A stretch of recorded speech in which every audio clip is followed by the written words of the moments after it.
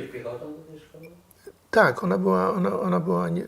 Znaczy na początku mieszkaliśmy bardzo blisko piechotą, później nie. Tramwaje, ja pamiętam zresztą te takie, dzisiaj trudne, to są starsi ludzie pamiętają, te obwieszone takimi winogronami ludźmi, którzy przy otwartych drzwiach tych tramwajów wisieli na tych, gdzieś tam na stopniu stali i to było dość niebezpieczne i ja często tak jeździłem i ja tak jechałem do szkoły.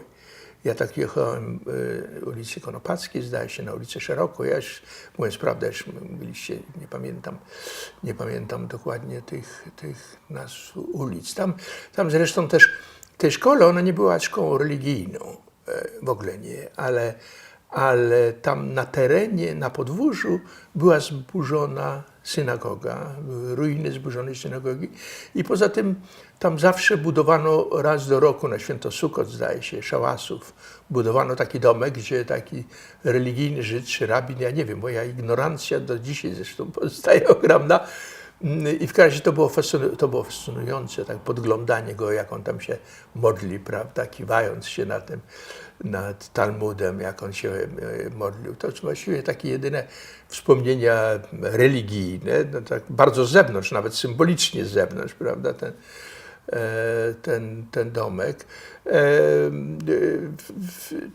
No tam miałem takiego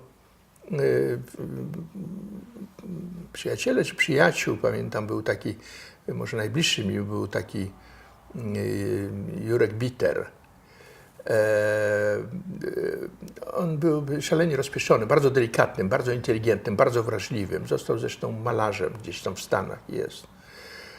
Ale najsilniejsze moje walentne miałem stosunki z nim, dlatego że ja byłem, trochę też to wynikało z jego tego narcyzmu, z jego takiej miękkości, że byliśmy zupełnie charakterologicznie, psychologicznie inni.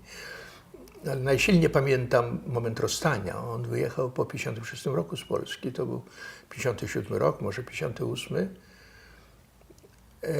I rozmawialiśmy o jego wyjeździe. On mnie zapytał, czy ja wyjadę.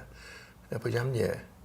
A powiedziałem, tak, ty tu możesz tu zostać, ty jesteś wystarczająco gruboskórny, on powiedział. To było bolesne dla mnie. To był mój przyjaciel, mieliśmy złożone stosunki, ambiwalentne stosunki, ale tego zdania nigdy nie zapomniałem. W jakimś sensie to uznawałem za prawdę.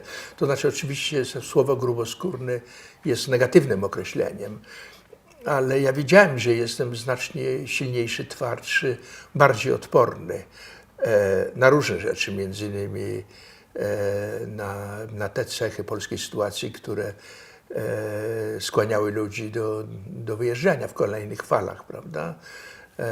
W jakimś sensie niepoddawanie się było jedną